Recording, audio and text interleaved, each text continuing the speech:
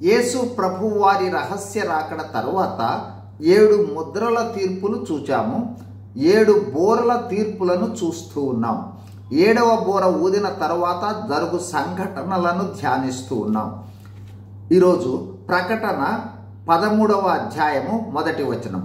మరియు 10 కొమ్ములను 7 తలలను గల ఒక క్రూర మృగము సముద్రములో నుంచి పైకి వచ్చుట చూచితిని. దాని కొమ్ముల మీద 10 కిరీటములను, దాని తలల మీద దేవదూషణకరమైన పేర్లను ఉండెను. గమనించవలసిన విషయాలు: 1.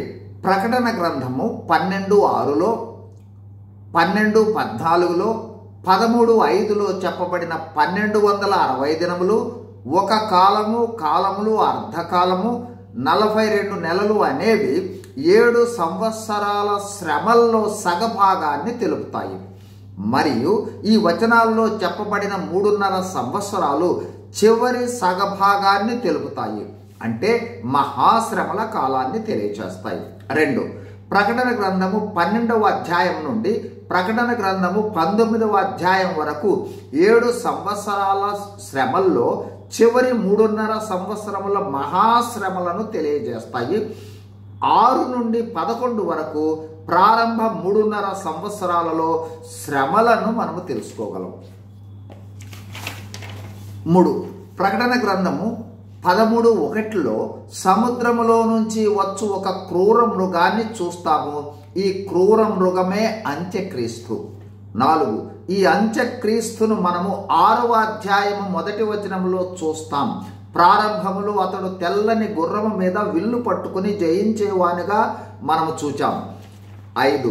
7 సంవత్సరాల శ్రమకాలం ప్రారంభంలో తెల్లని గుర్రము మీద విశ్వశాంతినిచ్చేవానిగా భూమి మీద పరిపాలన ప్రారంభించిన అంత్యక్రీస్తు 3.5 సంవత్సరాల తరువాత క్రూర మృగ స్వరూపాన్ని ధరించుకుంటాడని గుర్తించాలి.